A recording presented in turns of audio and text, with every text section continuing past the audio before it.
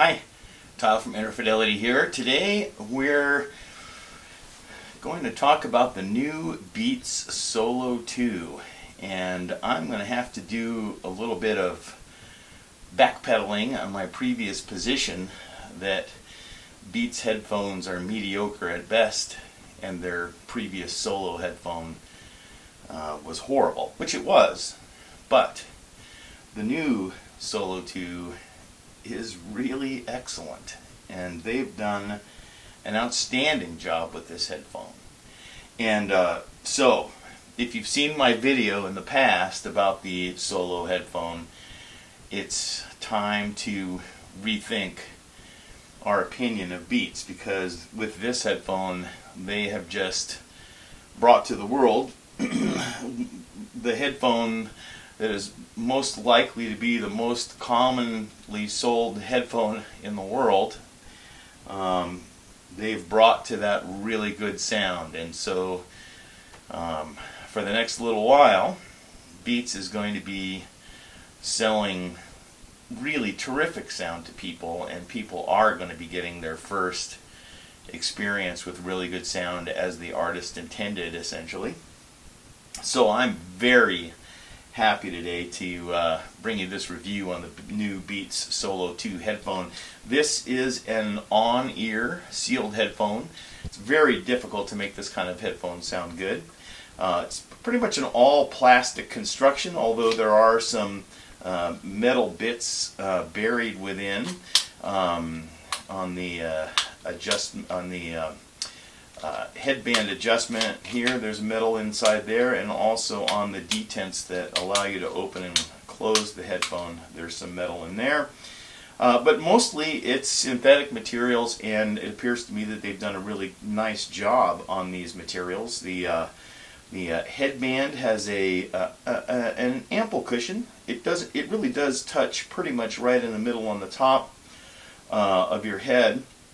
But the weight is very light with this headphone, and the clamping pressure is such that most of the weight ends up actually being carried on the ear pads.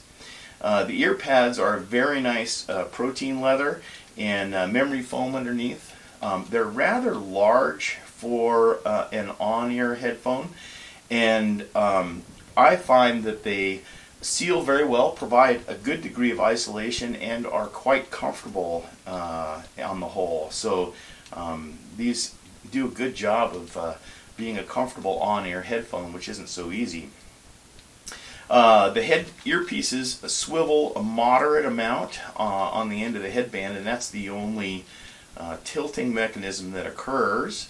There's a little bit of sound that it makes when you do that, but I didn't hear any sound while it was on my head. As I said, the headband can fold, and it comes with this little handy-dandy soft-sided pouch that it goes into. And the cable can be left on when you put it in the pouch. I just usually wind it up like that, and it works just fine. The cable is attached with a 3.5 millimeter plug to the left ear. It has a 3-button Apple-compatible remote control. The center is a button, and the ends are the casing that moves, and I found this really quite good at being able to be interpreted by my fingertips. So this remote control worked very nicely, actually. Cable's 53 inches long, which is just about right for me. Has a 90-degree angle connector, which does help reduce the strain on your jack. Personally, I like to see 45-degree angle connectors, but it's much better than a straight connector. And there's a little bit of reach here that allows it to get into in through the case of your portable device, but I would have liked to see a little more. I think some cases may interfere with this, not many. Quite comfortable, good isolation, lightweight, very nice in terms of the mechanics of the headphone. In terms of sound quality, they are really astonishingly good. It does have a bit of a bass boost, some of which I think is an appropriate amount in the low bass, and maybe a little bit high. But unfortunately, the bass boost continues on up into the mid-range, finally gets to the zero line at about 500 hertz, and I would have rather seen that happen at 120 hertz. So the result is a little bit of extra emphasis between 120 and 500 hertz that causes them to sound a little thick. The bass is really nice and tight and impactful, but it's just a little thick sounding because of this accentuated upper bass and lower mid-range.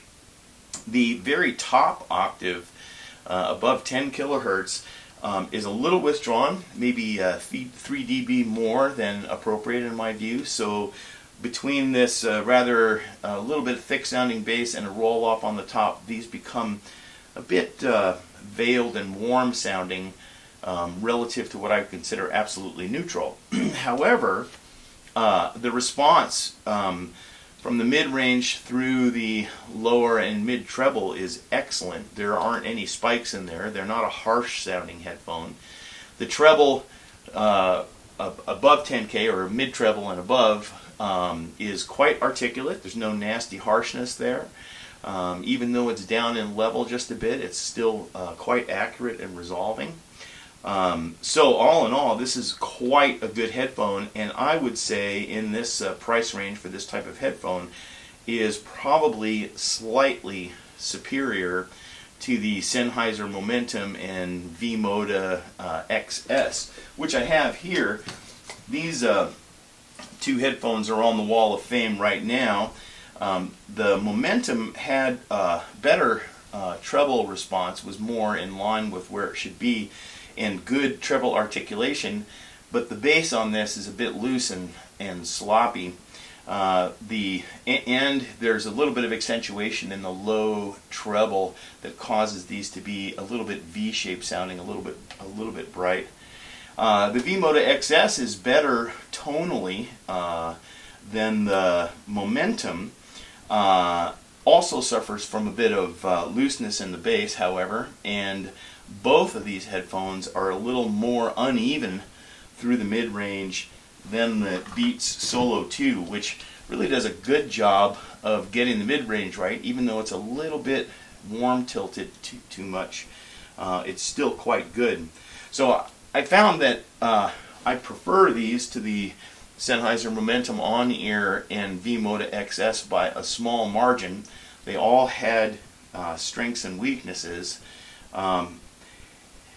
So the Beats Solo 2 will be going up on the Wall of Fame as an outstanding headphone at $200.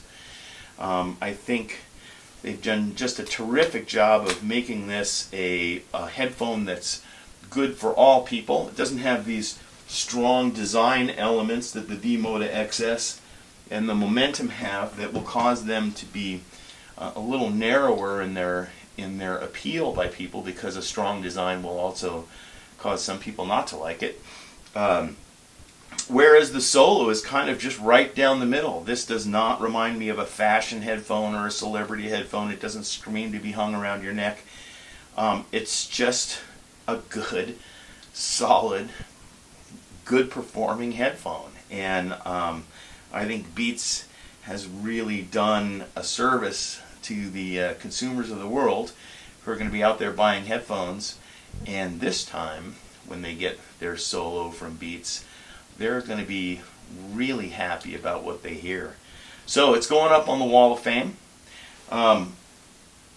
There wasn't enough difference between them for me to figure out how to decide between these two which to take off the Wall of Fame. So at the moment, they're all three going to be up there, and all I can do for the future is hope that somebody comes along and knocks all three of them off and I can start afresh in that category. But for right now, at $200 on the sealed on-ear headphones, I'd say the Beats Solo 2 is my top recommendation, with the caveat that the Momentum and XS have strengths of their own that may cause people to prefer them over the Beats. It's a close call.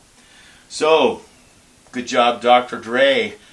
You really are giving people the sound as the artist intended. Thank you very much. I really, really appreciate that.